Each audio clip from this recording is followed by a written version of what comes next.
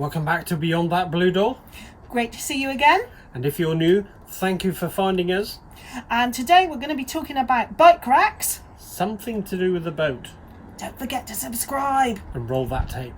So I've ordered a Thule GT2 short bike rack, and let's see what we need to do to fit it. So here we go, let's take these apart. Now I've undone these screws. These can actually pull out now. What it is a little wing nut. So as you tighten it up, they'll splay back out again. So take the pair of those out first of all, and then that leaves you with this contraption. And then you take this end cap off, and there's the two screw holes that it goes through, and in there is a metal bar. This thing is actually fitted to that metal bar as well, so if you take that metal bar out, you can see what is fitted around it. So just these little lugs go through the middle, and that offers then the hole that's free. So I've cleaned all that and taken it all off the others. It's just arrived from the postman. Little plastic bag on top here. Oh, that's the lockable knobs. And then we're left with this.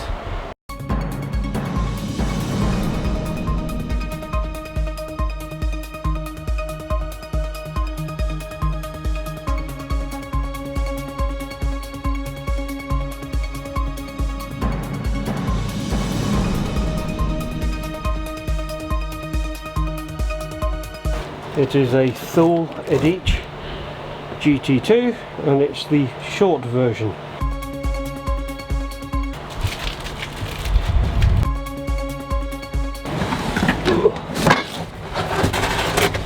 Oh yes, we got lots of bits. We've already got two of these fitted to the back of the Caravan. Next stage is start assembling this now. So this one contains all the small parts. The stuff down here is all new stuff. The stuff that's over that side are items that I already had and showed you yesterday. So I'm thinking we won't need any of those. I don't think we need these brackets or any of these bolts and washers, because I think that's to do with putting the brackets on the inside of the Caravan, and also that rail. So I don't think we need to worry about that. From a manual point of view, most things seem fairly straightforward, apart from that, which shows a picture of a hacksaw blade. Everything else seems to just bolt together. Okay, so my concern was the fact that you might have to cut these, but in actual fact that's slipped inside, so that's quite good. This one also, which is the bottom bracket, has a hole in it, which is for, he says, getting out of his pocket, the bit of plastic that pops over the top of this. In fact, it'll go the other way up. And the holes line up, so that's quite good. So what I'll do is I'll offer these up to the Caravan. The rest of it looks like it's all bolts and clips together, so it should be okay.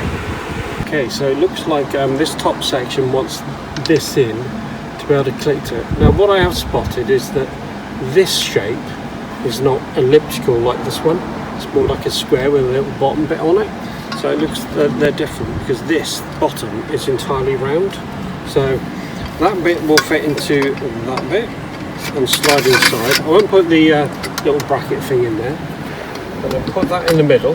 Obviously that would have a bolt in it and just connect to it. But this top bit, I suspect, will have to go in there first, poke through, and then you put that in there. So that, with the bracket on and joined with the other one in, and see what happens. There's a couple of black inserts to go inside these bottom ones, but not for the top, so I think we're there. Now this next bit, as you can see, I'm offering the bike rack holder themselves up, and it requires some bolts both sides, and I'm going to require the help of somebody, as in David, to give me a hand. Thank you, David. Now also don't forget your Allen keys. Took me a bit of digging to find them in the garage, by the way, because they're the ones I thought they were, but anyway, found them and they're on. So I think that overall, there's a bike on the back of it, it's okay. I think I'll tell you a bit about the bike rack from my point of view though. Steve loves his gadgets, we've already gathered that. So prior to going on holiday, Steve says to me, oh, I think we need a bike rack for the back of the Caravan. And I say to him, no we don't. because we're going away for 2 weeks, and you're taking the boogie boards, you're taking the boat, you're taking the ball, and biking as well. Probably only use it twice. So I said, no, we don't need to spend 300 quid on that. Anyway, I go off, think about it for a while, and think, okay then. So I go back to Steve and say, look, get it if you want it. Whereupon Steve says, oh no, it's only a few days before we go, we definitely won't be able to get it before then, so I think I'll leave it. To return later for part 2 of this story, because clearly there was a part 2. Well, here we are on our first trip, and I have to say it looks quite good. 2 bikes on the back, ready to rock and roll for our holiday. I know she'll see this, but I had to buy that rain cover to go on the back of them as well. It's waterproof, it's quite a nice one.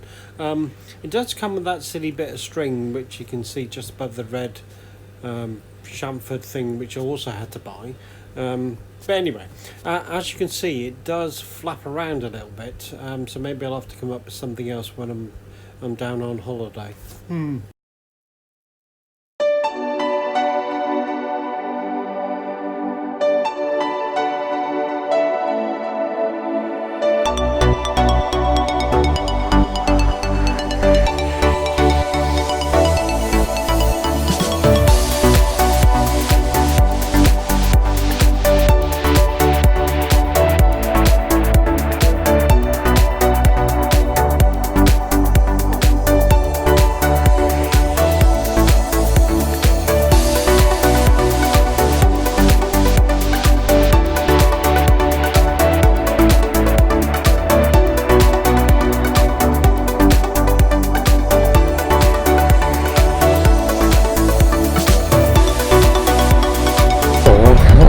Shabby, is it? Wow. Well, that was really worth it, and I did bring David back up here as well, so we're going to have to take another visit. As you'll see in our next video, we do. Welcome back to part 2 of Fiona's bike rack story. So I get home from work one day, and Steve has this very particular way of letting me know he spent money that I'm not going to approve of. So this is the conversation. Guess what, Fiona? I've saved £13 today. And I'll immediately say, what have you bought? Because Steve's way of telling me he spent money I might not approve of is to start this conversation by saying he saved money. What he actually means is he spent money. So yes, he spent nearly 300 quid on this, but he got a discount. So the bike rack would turn up before we went on holiday. So we ended up with the bike rack anyway, in spite of my misgivings. But hey, you know, you can't win them all. Right, we're into the second week of our holiday, and I have to say, in the first week they have used the bikes several times. So, okay, I'm willing to concede on that point. We're now at a site which is very steep, so I doubt they'll use the bikes. But let me tell you the story about the boat. The massive boat dinghy thing that we have, that took up most of the awning, especially on the days when it was raining. Do you know what? We took it for a walk. Yeah, we took the boat for a really long walk, about a mile to the beach. Never actually made it into the sea whatsoever. It was a really good thing to put our stuff in on the beach, where we stayed for about an hour and a half, and then we carried the boat back for another while. So, woo, great. We took the boat for a really long walk on the hottest day that we've been here. Fantastic. How's your nails? Don't talk about the nails now. It's cold, is it? Yeah, it's a little bit chilly on the hands. And don't forget to hit that subscribe button where you can receive notifications as well via the little bell. Thank you.